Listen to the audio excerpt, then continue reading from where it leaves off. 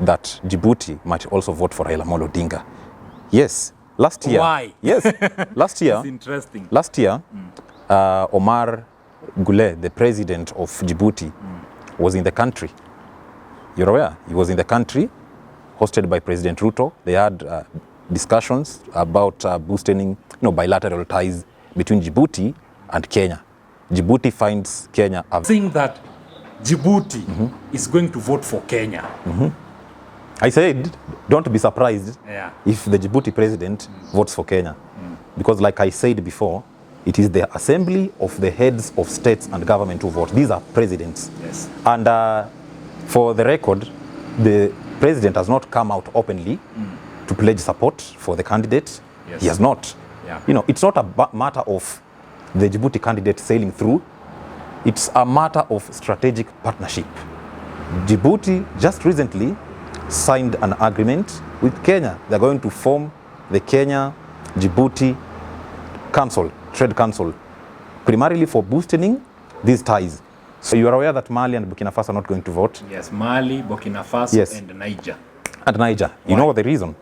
Because of unrest, civil unrest, military takeover, whatnot. You know, Burkina Faso was disqualified after Ibrahim Traore took over the president. Yeah. So that is a politically, it's not stable.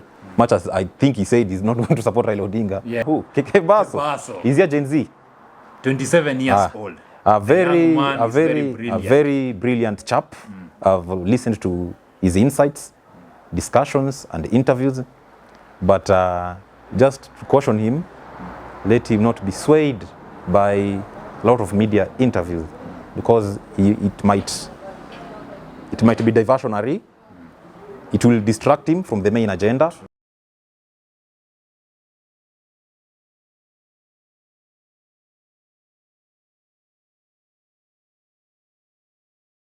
Hello guys, welcome to my YouTube channel. Thank you so much for the support. Thank you so much for the love. God bless you. God bless you. And on our today's story, we want to continue with Raila Odinga AUC. We want to hear different opinion from different political analysts. Niaje? Fiti sana bro. I'm very happy to have you on the show. It's been a long It's been a long time. Good to see you. Good to see you too. What can you tell Kenyans? Introduce yourself before you continue. Fellow Kenyans, greetings once again from the great suburbs of Roysambu constituency. My name is Damian. I will be the resident analyst for today's discussion. Thank you so much. Yes. Yesterday we talked with Boni about benefit Raila Odinga got from China and the reason why Raila Odinga went to China. Today, before we continue, do you think that Raila Odinga is going to clinch the AU seat, and why? I thought you would ask me about China first. Okay. It will be very nice to hear different opinion from different political analysts. Yes. First, we are witnessing a great political moment in this country. And Raila Odinga has an upper edge right now. You know that right now we have the China-Africa Summit that is taking place at Beijing. And the objective is to foster cooperation, unity, and strategic partnership, which in essence will boost the relationship between African states and China. You know very well that China is a very big global player, considering it is among the big 5 countries in the world. And their ideology is communism, not capitalism. So in their ideology, they are looking at a framework of bringing states together in a way that they can have unison, such that they can foster and boost trade. Right now, the president traveled with Raila Odinga, His Excellency. It's a good opportunity because, remember, it's Africa-China Summit. So this presents a spectacular opportunity for Raila Odinga to go and pitch camp at Beijing, sell his manifesto, and the fact that he went with the president gives him a lot of political capital. It amplifies the stature of Raila Odinga, because right now it's not about politics, it is about the nation. And if he's the candidate that is working with the president, you have not been seeing that happening with other countries. So it talks more about the person of Raila Odinga. Yes. Another question was whether Raila is going to clinch it. I think Baba is already the chair. what is going to happen is a mere formality. And Jeff, I tell you very many times, I don't argue sensationally because of hatred. No, politics takes a lot of emotions. Yes. But we just have to be realistic with facts. True. Kenya is a very big player in Eastern Africa. You see, actually we are the big boys. And you can see the relationship that China has had with Kenya. Actually in East Africa or Eastern Africa, East and Southern Africa, there's no country that can boast of great relationships with the West, or rather the East. And Kenya fits the bill. So Kenya is going to rally behind Raila Odinga. We're going to use our position as a country to ensure that we talk to these presidents such that they vote for Raila Odinga. So I think he's going to clinch it. And which country are supporting Raila Odinga? The countries, for right now, we can't specifically say that there are particular countries. Like the main country that you feel that they cannot let Raila Odinga down. Okay, first and foremost, Eastern African countries. And I'll surprise you that Djibouti might also vote for Raila Odinga. Yes, last year. Why? Yes, last year. It's interesting. Last year, Omar Goulet, the president of Djibouti, was in the country. You're aware? He was in the country, hosted by President Ruto. They had discussions about boosting bilateral ties between Djibouti and Kenya. Djibouti finds Kenya a very, very strong and formidable partner in terms of boosting trade relations. You see, I know we have member organizations of Islamic states which came to pledge support for the Djibouti candidate. But remember, Somalia is also an Islamic state. And what people forget, that the politics of AU is different from local politics of respective countries. Because the people who vote for the AU Commission chair are not delegates, are not ambassadors, are not the common electorates, but presidents and prime minister. Because according to the AU laws, if you read Article 2 of their laws, spells out those things. There is the AU structure. There is a AU Commission structure. According to that structure, there's a structure called the Assembly of Heads of States and Governments. The members of heads of states and governments are presidents and prime ministers.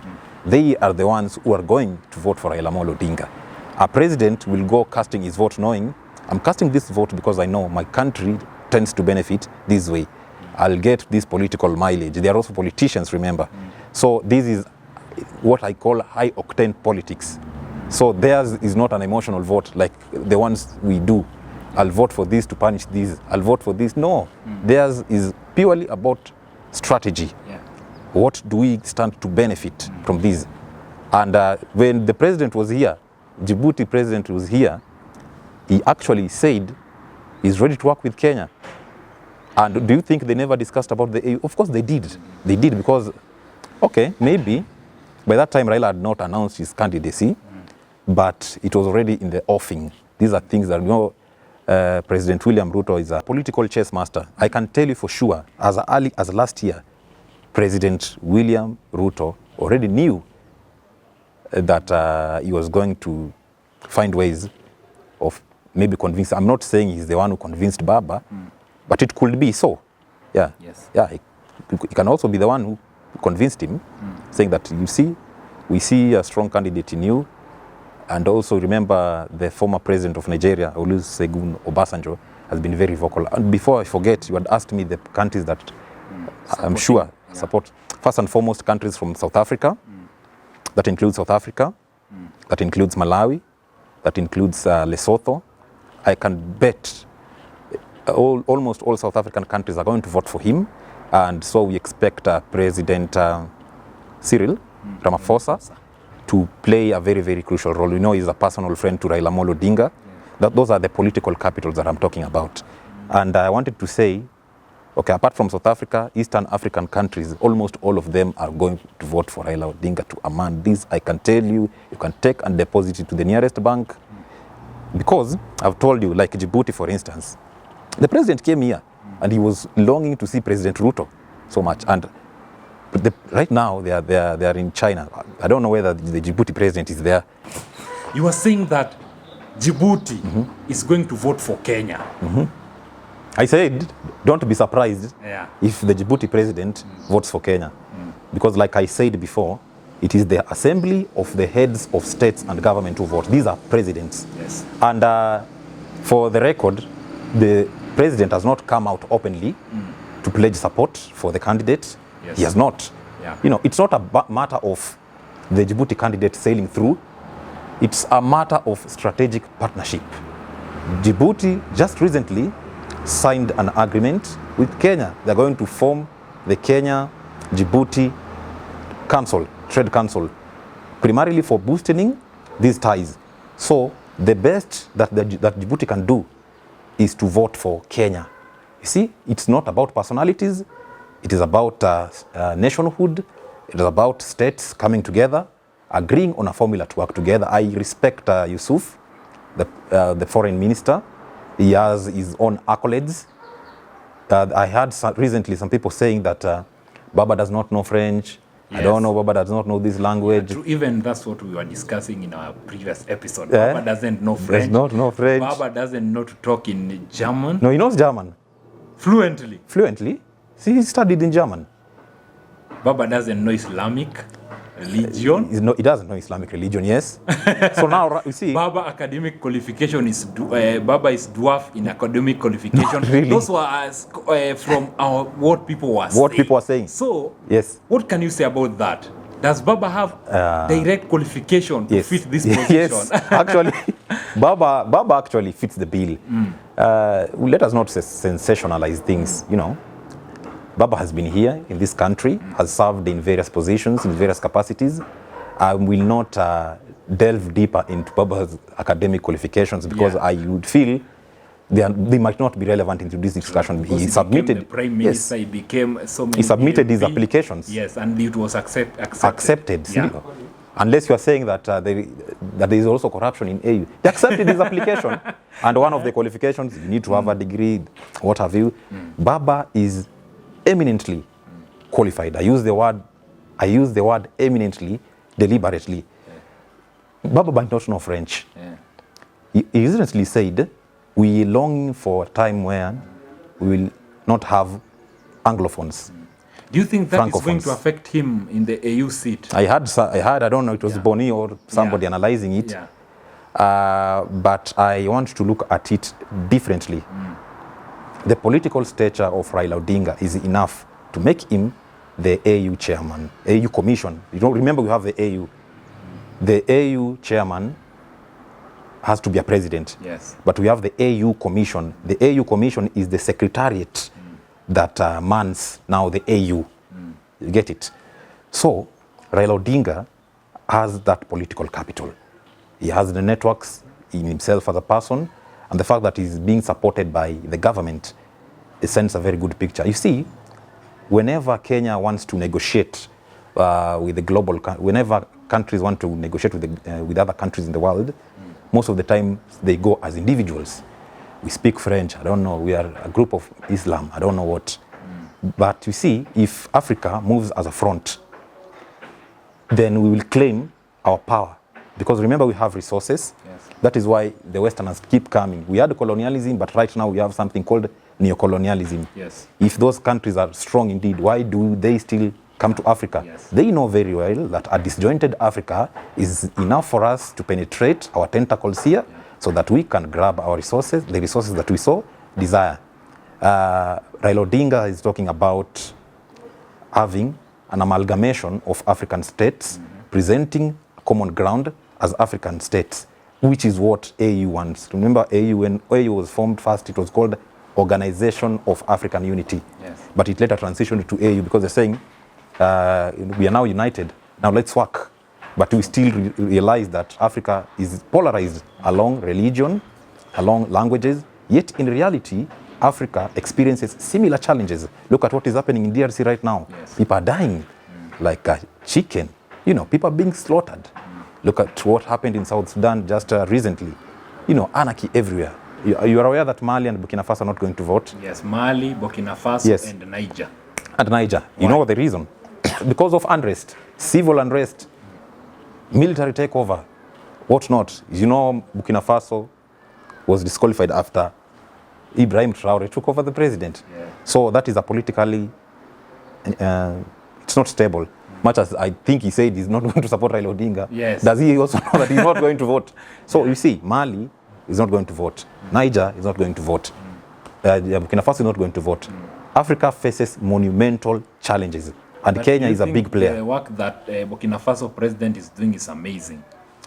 I will not say so. Yeah. Like I said, me, I don't like sensationalizing things. I know he said he's not going to take full salary. He's going to, I don't know, to add salaries to who and 40%, who. 40%. You see, what Burkina Faso needs, first and foremost, is stability.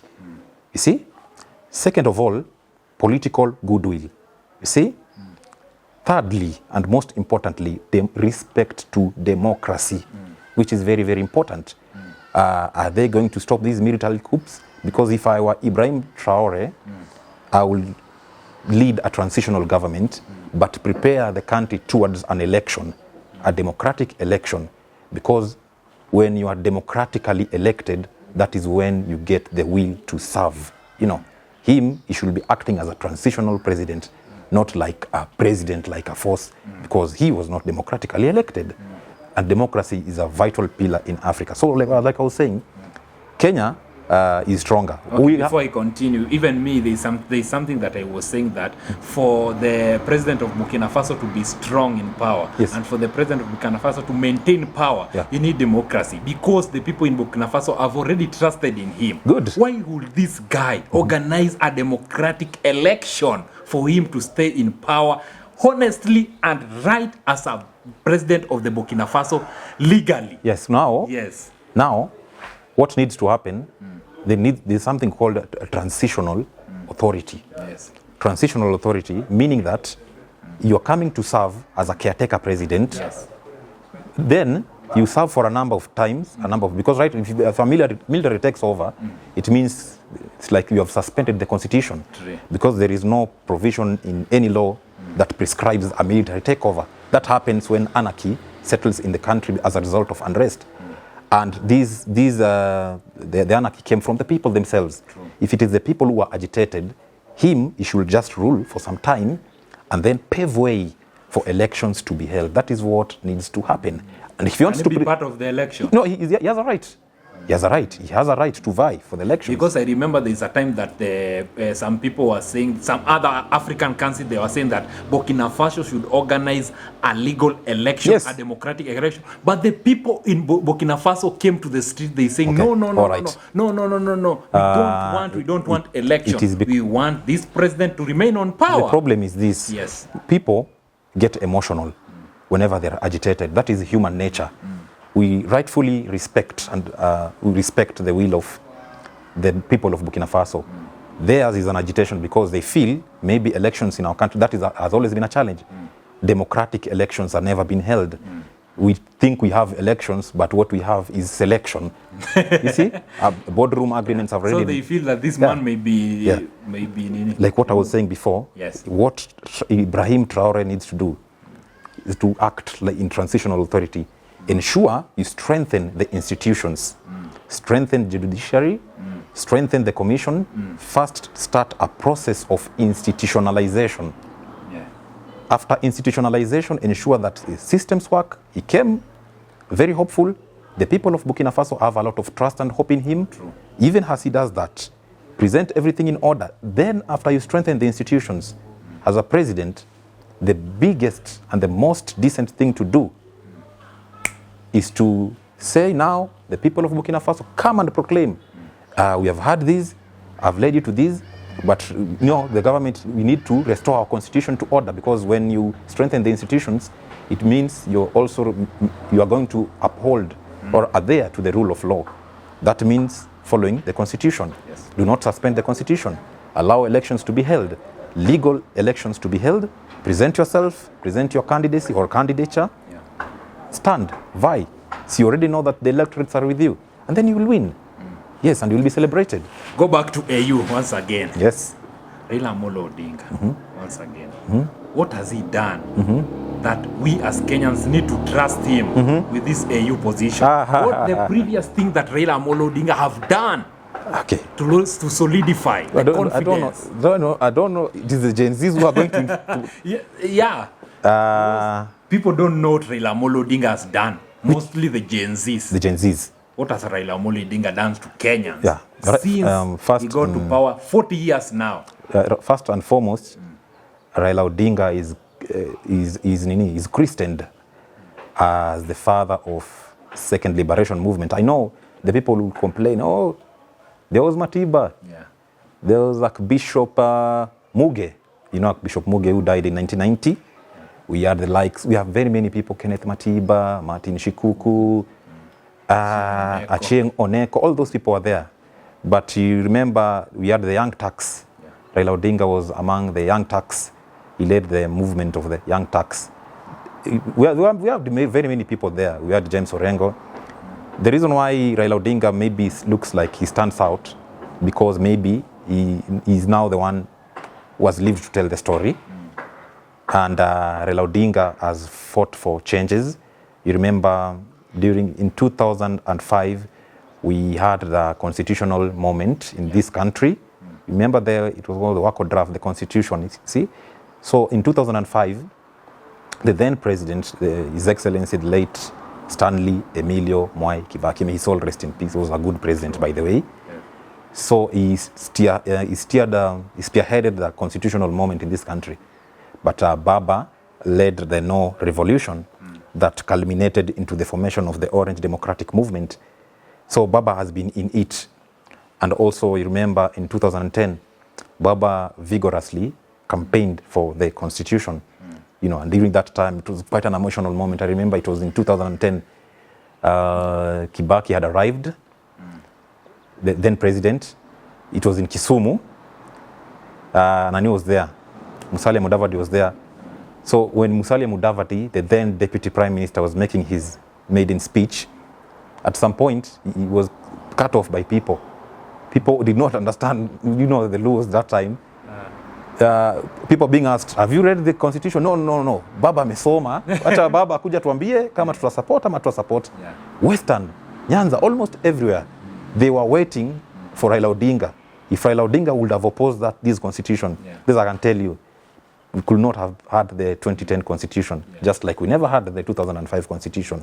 So Raila Odinga has been a formidable force in as far as institutionalizing this country has been concerned, you know, strengthening democracy. He's a human being. I know he has his weaknesses.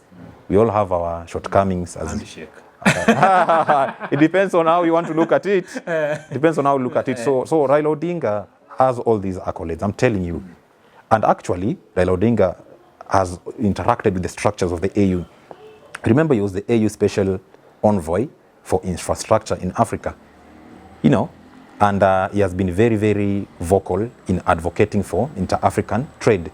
He says, how is it that we trade with maybe other countries in the West, 40%, but we only trade within ourselves 15% only, yet we have all these resources? Why can't we come together and focus more on trading with ourselves? Yes. So I think he is well placed politically to win these elections. So it's not about the languages that we speak. It's not about the religions. It's about the willpower to do what we have been called to do. And Raila Odinga has the willpower, and the wherewithal. Yes. Let's come back to local politics, the local political states in Kenya. Yes. Mm-hmm. Let's say that Raila Amolo Odinga has been able to clinch that position of the AU. How will be the local politics here in Kenya? Who is going to be the leader of the opposition? As you know, right now, so many people are coming out saying that they are leaders of the opposition. Even Morara Kibaso came in yesterday and he said that right now is the opposition leader. Kalonzo Musoka came in and said that he's opposition leader. Yes. Babu Owino said that he's opposition leader. Yeah. Jim Wanjigi said that he's now the legal opposition leader. What can you say about that? Well, first things, let us not depart from our laws. According to the law, Actually, the leader of opposition is the leader of minority in the what? In the National Assembly. Millie Odhiambo. Not Millie Odhiambo, Junet Mohammed. Oh. Millie Odhiambo is the minority whip right now. So, according to the law, it is Junet who is supposed to be the leader because the old constitution recognized the leader of official opposition. But politically speaking, it has to be somebody who sways the crowd, somebody who can articulate an agenda that will resonate with the masses. That political capital still lies with Raila Odinga. Kalonzo has some political capital because he has like a steady 3 million people right behind him. And of course, he can also get following from other Kenyans. I wish him all the best, by the way. I wish him all the best, yes. But now, when you talk about opposition, once Raila exits, and I don't know whether he'll vie in 2020. He has not said. So I will not remember. Speak. Yes. It's on record. Yes. Remember you said that. Yes. Raila Odinga, after winning the AUC. Yes. After winning the AUC seat. Yes. He can also resign and come back and vie once again. Exactly. Nothing bars him from vying. It is upon him to decide. Yeah, but assuming he may vacate Kenyan politics, because I know recently he said he wants to take a sabbatical from local politics to focus on the campaigns, because that is now what is a priority, you see. Opposition will realign itself. Leaders will emerge. I know you have mentioned, you have Murara who? Keke Baso. Is he a Gen Z? 27 years old. A very brilliant chap.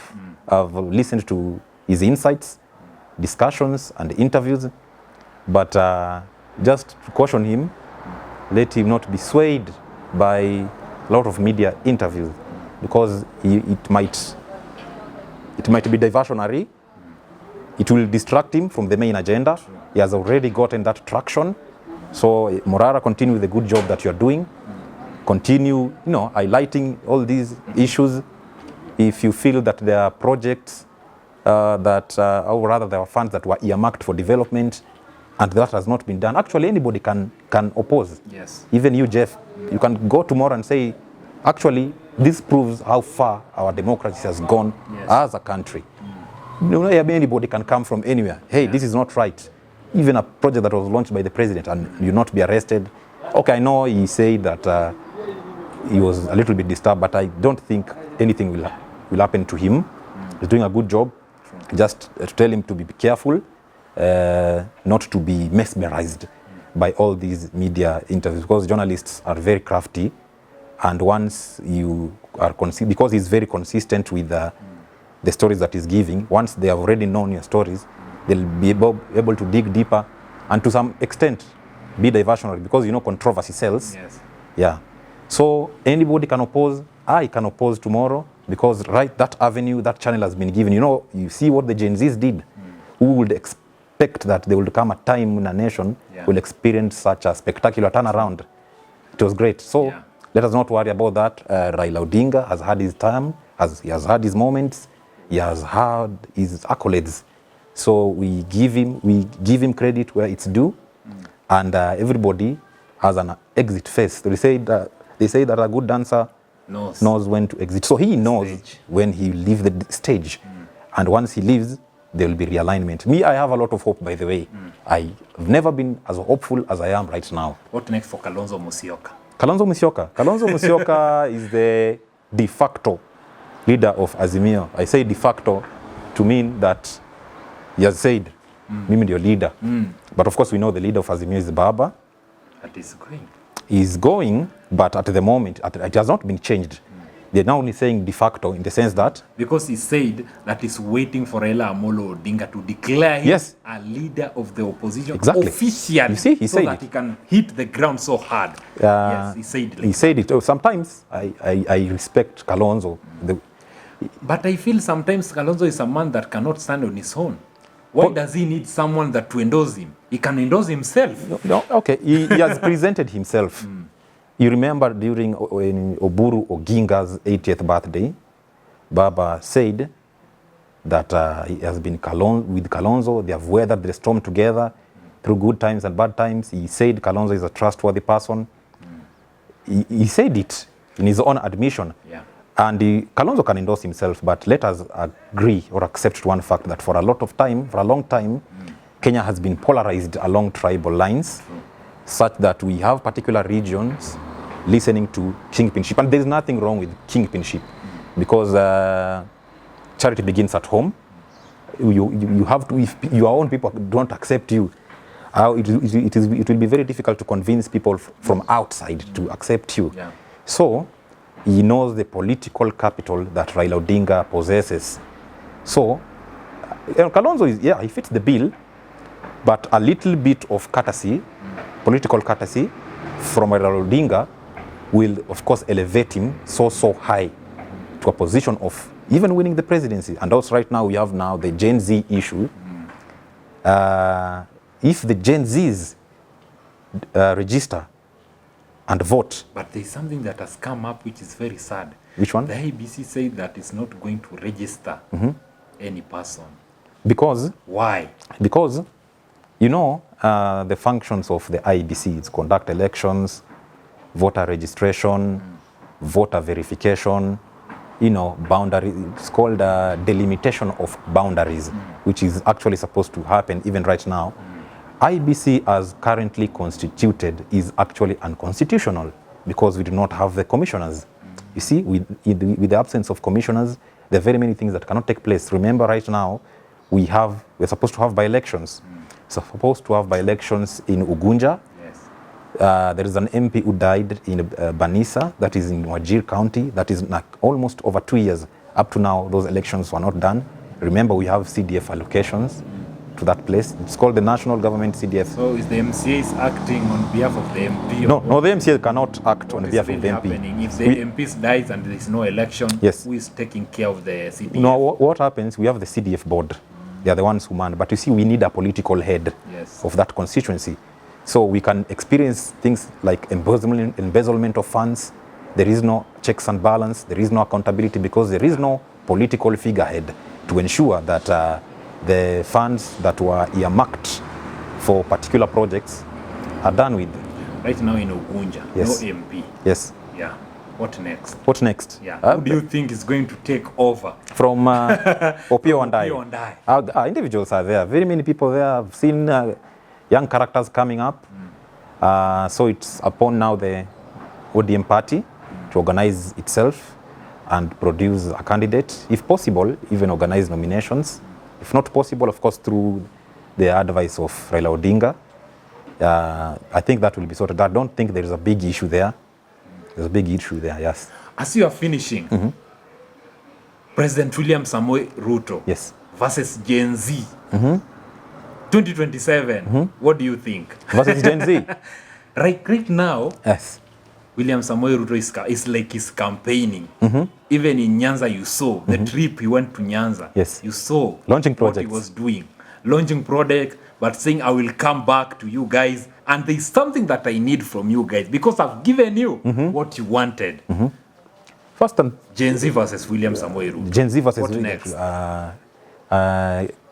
I saw first, as I answer that, the China gave us 40 billion. 40 billion for stalled projects. He said stalled projects, infrastructural projects, and what have you. Sorry. I had begun to say that the Gen Zs are a formidable force. This is not a generation to ignore. They said they are leaderless, partyless, tribeless, formless. I only hope they are not one thing. I hope they will not be rudderless. As we pray that IBC is going to be constitutionally constituted, my plea to the Gen Zs, and of course other millennials too, because we also have a sizable number of millennials who also do not vote. It is useless to parrot, but you don't participate.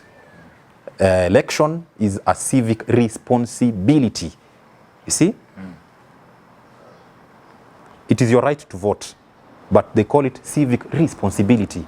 A responsibility is something that you're supposed to do. If you're not doing it, you're irresponsible. So you have to participate. Your problem has been leaders. There is no problem. Produce a leader. Rally behind the leader. You see, we are also waiting because every country is generational. Yes. And this is their time, Gen Zs and millennials, you see, so that we salvage this country. You go register and vote. That is the only way to remove somebody from power. President William Samoei Ruto, Yes. 2027. Yeah. Do you think he's going to win?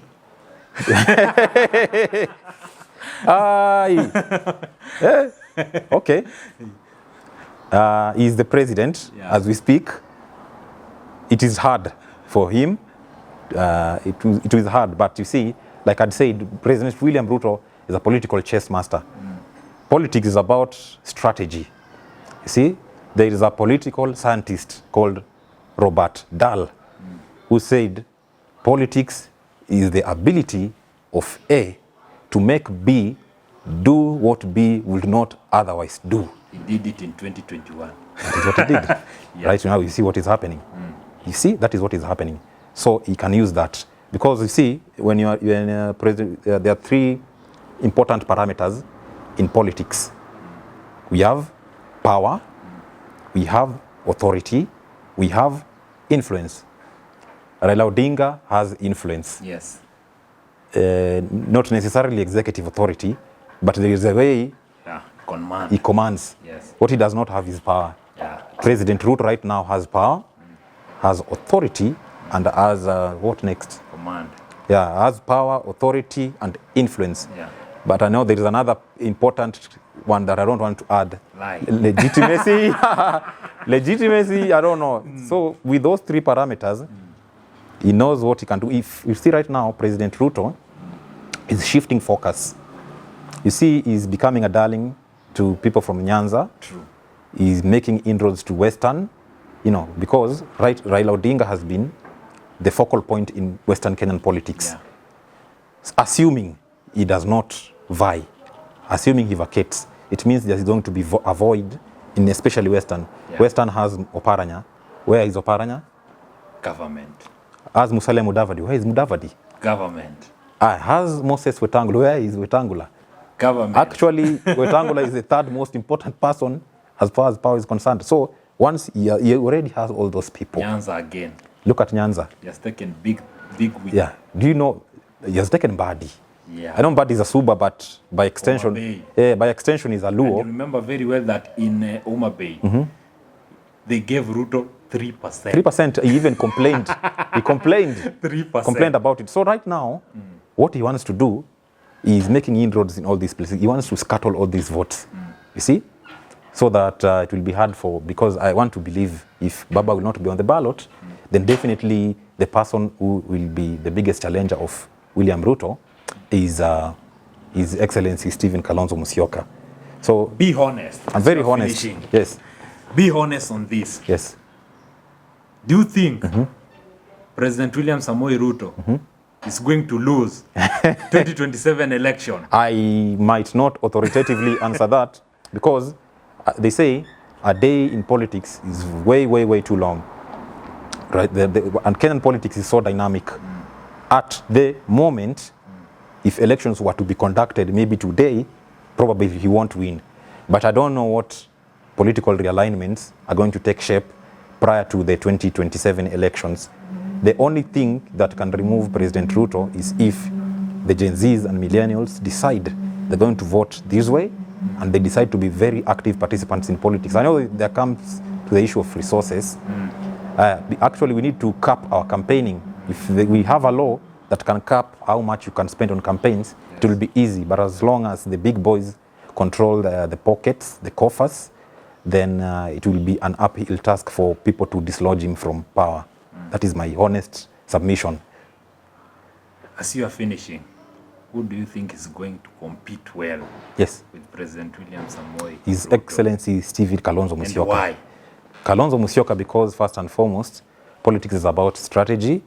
Politics is about, of course, associations because you have to be associated with people. His Excellency Kalonzo Musoka has a... Nichukua from where? Kalonzo Musoka? Yes, Kalonzo Musoka is a viable contender. Yeah, he just needs to align himself well and needs to have a good strategy. Yes, he also needs networks and good partners, not just people, not just people. Partners. Yeah, he needs to be working with governors. Yeah, you know the people he walks around with. Yeah, he didn't win any election. Jim Wanjigi, what do you think about him as you are finishing? Jim Wanjigi. no, does not stand a chance. Does not. Why? Doesn't which people does he command? He's a shrewd businessman, I know. Yeah, a successful business person. He has supported people in campaigns. Yeah, Jimmy Wanjigi can play his role as an economist. He does well in whatever he does. That's what I can say about him. But for the presidential seat, I don't think he even wants to become president. I think he just does it for maybe optics. Jimmy Wanjigi knows what he's doing. He knows what he's doing. As you are finishing, what can you tell Kenyans about the AU and the political states in Kenya? Yes. The AU. Yes. The AU is an important entity in African politics because it cements our position in the global scene. It presents an opportunity for us, first and foremost as a country, to showcase ourselves in the global arena. You know, Kenya is a very, very important player. You were talking about China. Yes. Now that we are securing for, do you know that our loan, the loans that China has given us are almost approximating 900 million. That's almost $1 trillion. That speaks, I'm not saying that loaning is good, very good, but 900 billion. 900, yes. Wow. Yes, right now you are being given for 40 billion. 40 billion. Yes, throughout time, almost 900 billion. And you can see the relationship between Kenya and China is still very, very strong. You see? Yeah. It shows how we are regarded internationally. So, positions like the AUC, remember in 2017 we fielded a candidate, you know, Amina Mohamed, we were unsuccessful. Yeah. Musa Faki and Musa. Amina Mohamed was unsuccessful because I think the Nigerian one did not support him. Yes. The Nigerians never did. Yeah. And remember, Nigerians also have a high number of Muslims. Yeah. It is also an Islamic state to a great extent, and Amina Mohamed was a Muslim. So that's why I was saying it's not about religion. So flash forward, now we are in 2024. So let us not joke with this issue. It is about Kenya, the country, not about the person Raila Odinga. I see people commenting, I wish that he does not win. So, okay. Me, I can tell you authoritatively whether he wins or not. He will not lose anything. His stature is there. Whatever he does remains. Let us ask ourselves as citizens, if I go to Nigeria, how do I want to be treated if I tell somebody I'm Kenyan?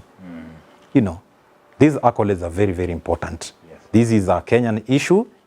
And Kenya, that's why they said Kenya announces its candidate. Kenya presented its candidate. Kenya presented its bid. Kenya presented her bid. They did not say Kenya presented Raila Odinga. You cannot separate Raila Odinga from this. So, so it is ours. That position is coming to Kenya. It's not going to be about Raila. I pray that he loses. If you pray that he loses, what are you gaining from that prayer? And God does not work that way. God is not a God of, actually vengeance belongs to the Lord. Yes, you know, so let us stop it. I know it's an emotional moment in our country. People are paining. The economy is on a downward trajectory, but we can only remain hopeful and focus on the ideals that can bring joy and glory to our country. And above all, dedicate all our plans, ambitions, and hopes to the Almighty God. Yes. That's what we can say. As we say over here that we are Africans and Africa is our business. Until next time we say game over.